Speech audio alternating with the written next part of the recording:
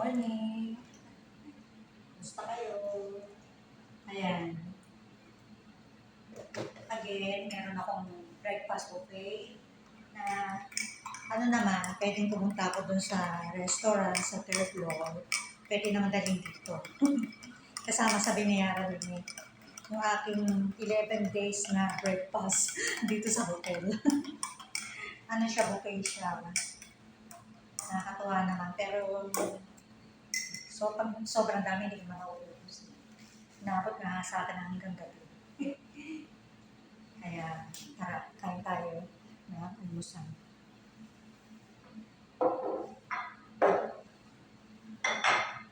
Almusal tayo. Ikot natin yung camera. Ayan siya. Ayan, ang ganda ng sala dito. Diba po? Ang ganda po niya. Royal Hotel. Parang mga royal blood. Royal Hotel. Meron, mahaba yung pangalan ng hotel eh. Pero, ano siya, Royal. Yung pinakampisa ng pangalan ng hotel. Yung malaking Royal. Hindi Royal Orange. Royal Hotel. Kaya tayo.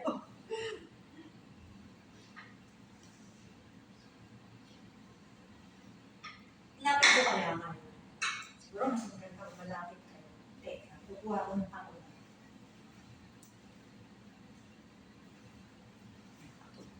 Ako ba? Ito na. Tripod.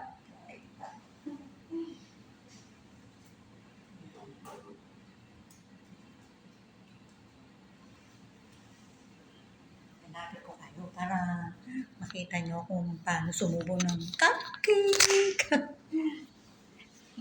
Ay, ikot. Kailangan dandahan yung camera para hindi nahihilo yung aking mga alloy, aking mga BF, para hindi nahihilo. Dahan-dahan talaga dapat. Minsan nawawala sa loob ko, mabilis yung kamay ko eh. Minsan nanginginig pa eh. Teka, lagyan natin ng tissue para hindi dumulas ang camera ko.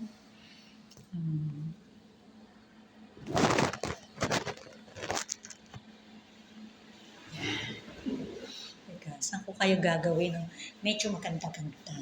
Ay, yung ating breakfast. Ayan, so cupcake. Walang kasawa ang cupcake. Omelette. And fruits, pineapple juice, and coffee. Yan lang yung paborito ko siyang in-order. Pagka napupunta ako doon, yan. Pagka pupunta ako doon, makakapili ng sa kanilang yung menu. Pagka sa phone, ang hirap mag-ano ng menu pag sa phone. Siyempre, kung ano lang yung sabihin nila, doon lang tayo. Diba? Ito yung pineapple juice natin. Ang paborito kong juice, pineapple, tsaka mango. Buksan natin yung cupcake. Wala, tapos ang cupcake! Na-enjoy ko na lamang po yung 11 days ko dito. Parang nag-holiday na lang ako. Kasi syempre, hindi naman na ako babalik ng Bahrain. Pag umuwi na ako, hindi na ako babalik ng Bahrain. Yung talagang cherish ko na lang yung mga natitira ko siyang araw. Salamat sa Diyos. Hindi ko sukat akalain na ganon. Na makakapag-holiday pa ako dito bago ko umuwi. Talagang God is good. Lahat ay pinaplano ng Diyos. Hindi natin, may mga bagay na nangyayari na hindi natin kayang kontrolin. Kahit ayaw natin mangyayari, hindi natin kayang kontrolin. Kasi yun yung pagkilos ng Diyos. Yun yung nakatadhana sa atin. Yun yung destiny ko na walang makakapigil pagka talagang kapangyarihan ng Diyos ang kumilos. Kahit ayaw natin, hindi natin siya kayang kontrolin. Diba? Kaya kailangan susunod tayo kung ano yung kalooban ng Diyos. Kailangan, pinagkakatuwa lang naman yung buhay mo sa sarili mo sa Diyos. Nandiyan yung maingat na pag-desisyon, pag-iisip, lahat ay iingatan mo, ang mga desisyon. Oh, di ba? Pakwan, apple, tsaka grapes. Kailangan maingat ka sa mga desisyon mo sa buhay. Oh, di ba? Para yung buhay mo na pag-iingatan dito sa ibang bansa. Alam mo po, mahirap magtrabaho dito sa ibang bansa. Kailangan matibay ang pananampalataya mo. Araw-araw ka nagdadasal.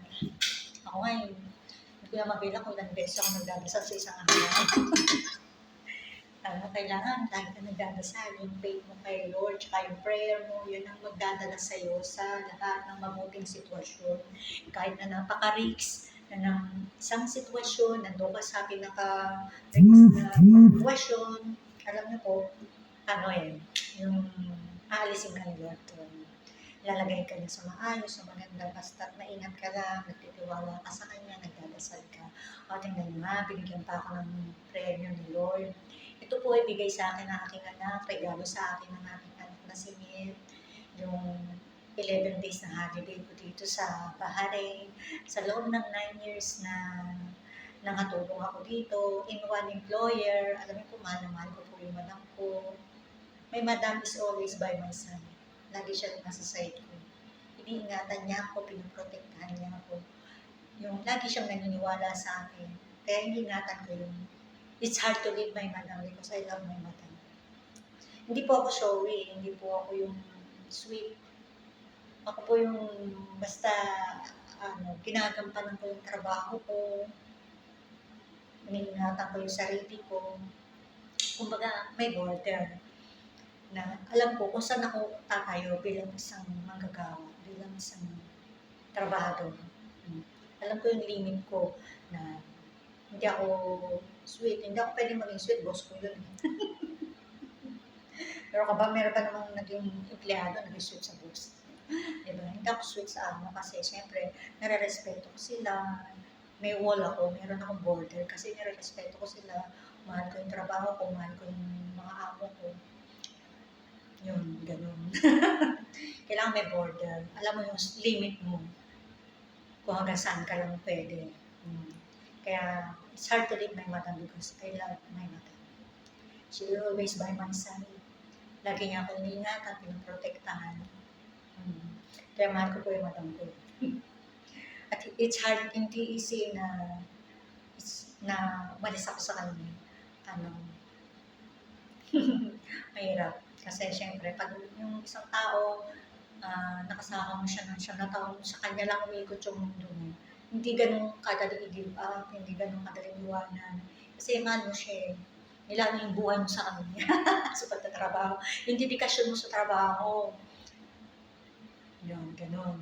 Kaya tara na, bago kumain na tayo, kasi ayoko na madrama. Makawento lang ako, pero ayoko na madrama. Gusto ko laging happy lang, laging masaya lang, ganun. So, tara na, kain na tayo. It's me again, Mayet, saluhan ko. Ingat kayo lagi. Maraming salamat sa mga prayers nyo. Maraming salamat sa inyo. Mag-ingat kayo lagi, lalo na sa pamilya ko. Maraming salamat sa pamilya ko, lalo na sa aking anak na si Miet, na lahat ng ito, siya yung may regalo sa akin. Regalo po sa akin ito ng aking anak na si Miet. Thank you. At mamaya, meron akong appointment na matuturo ako dito.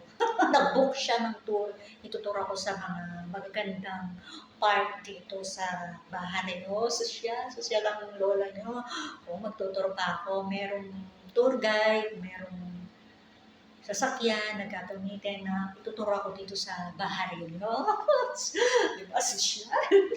Excited na ako. Alauna pa ang tour ko. Wala pang 10 o'clock, nakabihis na ako. So, ingat kayo lagi and God bless.